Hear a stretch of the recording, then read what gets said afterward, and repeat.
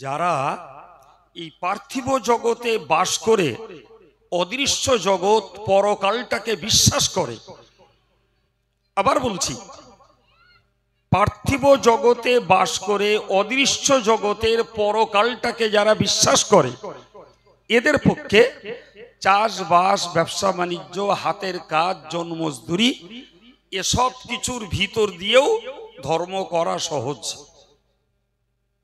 কিন্তু যারা পার্থিব জগতে বাস করে বলেই এটির মজায়, এটির তৃপ্তিতে, এটারই ভিতরে ডুবে গেছে, পরকালের প্রতি তাদের বিশ্বাসের ঘাটতি, দুর্বলতা, পরকালের প্রতি তাদের অবিশ্বাস তৈরি হয়েছে।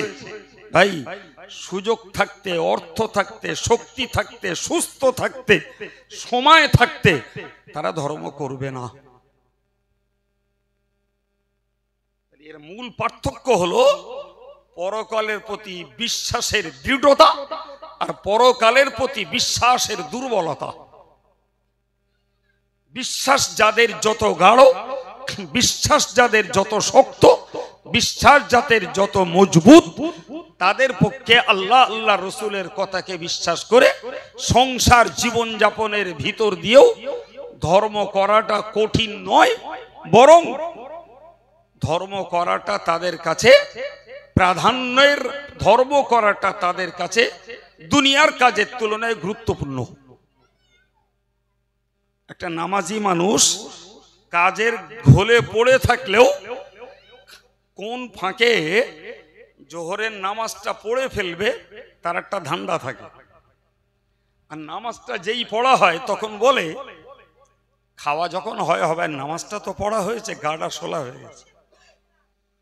ঠিক করে বলেন, পরিষ্কার বুঝতে পারা যাচ্ছে ওর দুনিয়ার কাজের বোঝার তুলনায় টাইমলি ধর্ম পালন করাটা যেন ওর কাছে বড় বোঝা।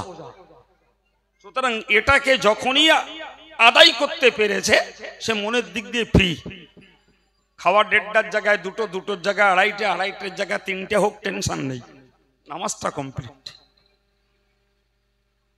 তাহলে এটা হলো একজন ধার্মিকের মানসিকতা। কিন্তু আর একজন দুনিয়াদারের মানসিকতা হলো সবকিছু করার পরে যদি পরিবেশ পাওয়া যায় তাহলে একটু ধর্ম করা যাবে, পরিবেশ নাই তো ধর্মও নাই, কাজ পড়ে আছে তো ধর্ম নাই। এর মূল ঘাটতি হলো এই মুসলমান সমাজের ওই জাতীয় ইমানদার ভাইয়েরা আর মায়েরা, ভাইদের এবং মায়েদের পরকালের প্রতি এদের বিশ্বাসের দুর্বলতা। ভাই, পরকালের বিশ্বাস এমন একটা সম্পদ, পরকালের বিশ্বাস এমন একটা পাহারাদার, যার দ্বারাতে চরিত্র গড়া যায়, যার দ্বারাতে জীবনকে সংশোধন করা যায়, যার দ্বারাতে নিজেকে আল্লাহর প্রেমের বান্দা বানানো যায়, যার দ্বারাতে নিজে রাতের আঁধারেও আল্লাহ দেখছেন এই ভয়ে অপকর্ম থেকে নিজেকে রক্ষা করা যায়। এর নাম পরকালের বিশ্বাস, এর নাম পরকালের বিশ্বাস। যে কাজ পুলিশ পারে না, চৌকিদার পারে না, যে কাজ প্রশাসন পারে না, একটা মানুষের হৃদয়ের পরকালের ভয় তার থেকে অনেক বেশি কাজ করে দিতে পারে। সুবহানাল্লাহ, ঠিক না ভুল? রাতের ঘরে যখন দরজা সেটে দিলাম, পুলিশ দেখবে না, প্রশাসন দেখবে না, চৌকিদার দেখবে না, আমার মেম্বার প্রধান কেউ দেখবে না, কিন্তু আমার হৃদয়ের ভিতরে রয়েছে পরকালের বিশ্বাস। আর সেই বিশ্বাসের মৌলিক জাতীয় সত্তা হলেন আল্লাহ। সুতরাং তিনি তো দেখছেন। আমি এশার নামাজটা না পড়ে শুয়ে পড়েছি, তার চোখকে এড়াতে পারিনি। আমি অন্ধকারে কোনো একটা পাপ কাজ করেছি, তার কুদরতের চোখকে এড়াতে পারিনি। কোথায় পুলিশ, কোথায় প্রশাসন, কোথায় মেম্বার প্রধান, আর কোথায় চৌকিদার, কোথায় পাহারাদার? কেউ নেই। সুতরাং আমি আপনাদেরকে বলবো যে এই মজলিসটায় বসেছি, এই মজলিসের মৌলিকত্ব হলো পরকালের বিশ্বাস। পরকাল বিশ্বাস করলে ধর্ম করা সহজ, আদৌ কঠিন নয়। যদি আর একটুখানি লম্বা করে আপনাদেরকে বোঝাই তো আপনাদেরকে বলবো, কোরআন বলেছে জালিকাল কিতাব লা রাইবা ফিহি। এই বাচ্চাগুলো একটু সামলাতে হবে। যে কোরআন বলছে এই সেই কিতাব যা সপ্ত আসমানের ঊর্ধ্বে লৌহে মাহফুজ নামক একটি সুরক্ষিত ফলকে স্লেটে লেখা ছিল। শুকরিয়া আল্লাহর, ওই আল্লাহর মেহেরবানি, সেই কোরআন আজ আমাদের ঘরে ঘরে। সুবহানাল্লাহ বলবেন না? দিয়েছেন কে? জোরে বলেন। দিয়েছেন আল্লাহ। এবং আল্লাহর পক্ষ থেকে এই কোরআন পেয়ে বিশ্বনবী মুহাম্মদুর রাসূলুল্লাহ খোদা পাকের দেয়া পদ্ধতিতেই বিতরণ করেছেন। অল ওয়ার্ল্ডের 228টা দেশে কোরআন পৌঁছে গেছে। সুবহানাল্লাহ বলেন। তো কোরআন দিয়েছিলেন তো সম্পূর্ণ একটা আমাদের অজানা অচেনা ভাবের ভিতর দিয়ে রাসূলুল্লাহকে দিয়ে আল্লাহ বললেন ও আনজালনা ইলাইকা যিকরা লিতুবাইয়িনা লিন-নাস। ওগো নবী, তোমার কাছে কোরআন দিয়েছি, তুমি এটাকে মানুষের কল্যাণে মানুষের কাছে বায়ান করে দাও। সুবহানাল্লাহ। মানুষের কাছে বলে দাও, ব্যক্ত করে দাও। দিলে কি হবে? মা নুযিলা ইলাইহিম লাআল্লাহুম ইয়াতাফাক্কারুন।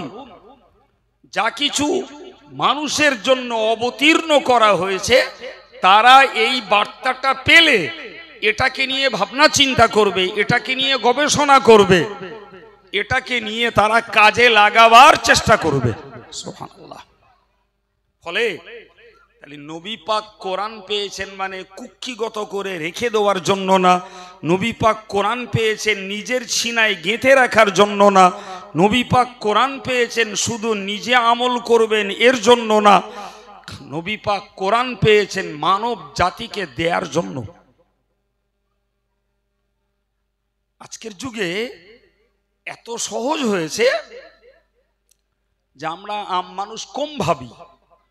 ভাই, একটা পিরিয়ড ধরে কোরআনের হার্ড কপি তথা কাগজে লেখা ছাপা কোরআন আমাদের ঘরে ঘরে ছিল।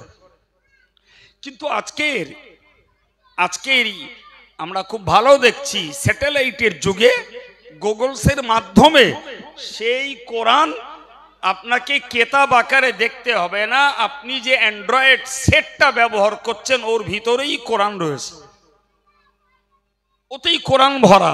আপনি শুধু অ্যাপসটাকে ডাউনলোড করুন, আপনি প্লেন কোরআন পাবেন, কোরআনের উর্দু অনুবাদ পাবেন, কোরআনের ইংরাজি অনুবাদ পাবেন, কোরআনের আরবি টু আরবি অনুবাদ পাবেন, কোরআনের ফার্সি অনুবাদ পাবেন, কোরআনের বাংলা অনুবাদ পাবেন। এখন আমরা যারা অল্প শিক্ষিত ছেসো মানুষ বাবু, আমরা না হয় ওসব বুঝি না।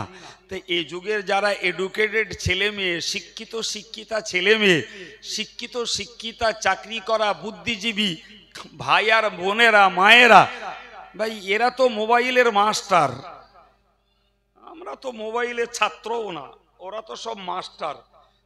এত শিক্ষিত হয়ে, এত জ্ঞানী হয়ে, এত বুদ্ধিজীবী হয়ে আমার মতো আব্দুল কাইয়ুমের ওয়াজ শুনতে যদি ভালো না লাগে, মসজিদের ইমাম সাহেবটা অল্প শিক্ষিত, তার কথা যদি শুনতে ভালো না লাগে, তো তুমি তো জ্ঞানী মানুষ বাবা, তুমি তো তোমার মোবাইলটা খুলে ইসলামী অ্যাপস ডাউনলোড করে তুমি নবী পাকের বায়োগ্রাফি, ইসলামিক স্টাডিজ, কোরআনের ট্রান্সলেশন, হাদিসের ট্রান্সলেশন বা ইসলামিক হিস্ট্রি সব কিছু তো তোমার মোবাইলের ভিতর থেকে পেতে বাবা। তোমার জ্ঞানটাকে চাকরিতে কাজে লাগালে, তোমার জ্ঞানটাকে ব্যবসায় কাজে লাগালে, তোমার জ্ঞানটাকে লাইফস্টাইল বাড়াতে কাজে লাগালে, তোমার জ্ঞানটাকে তুমি রোজগার করতে কাজে লাগালে, তোমার জ্ঞানটাকে একটা ঝিকঝাক বাড়ি করতে কাজে লাগালে, তোমার জ্ঞানটাকে চিত্ত বিনোদন করতে কাজে লাগালে, তোমার জ্ঞানটাকে ফ্রি ফায়ার আর পাবজি খেলায় কাজে লাগালে মুসলমানের ঘরের শিক্ষিত আর শিক্ষিতা, তুমি তোমার জ্ঞানটাকে ইসলামের পক্ষে কাজে লাগাওনি কেন বাবা? তোমার ও জ্ঞানের দাম কি? শুধু রোজগার করা আর খাওয়া, শুধু মোজায়েক করা, বাড়িতে শোয়া, শুধু নিজের পোশাক পরিচ্ছদের ঠাঁটভাট বাড়ানো। হায় হায়, তুমি কত কত গভীর বিশ্বাসী ইমানদার, নিজের বিবেককে জিজ্ঞাসা করো। সেজন্য বলছি যে আজকের যুগে ওই হার্ড কপি কোরআন খুলে পড়তে পারেন বলে বিশ্বাস করুন, অ্যাপস ডাউনলোড করলে আপনাকে কোরআন শিখিয়ে দেবে, পুরো উচ্চারণ করে একটা একটা করে বলে বলে কোরআন শেখানোর পদ্ধতিও তাতে রয়েছে। মেশিনটা যারা তৈরি করেছে তারা ফাসেক, তারা ফাজের, তারা বদকার, তারা বেদিন, তারা ইহুদি।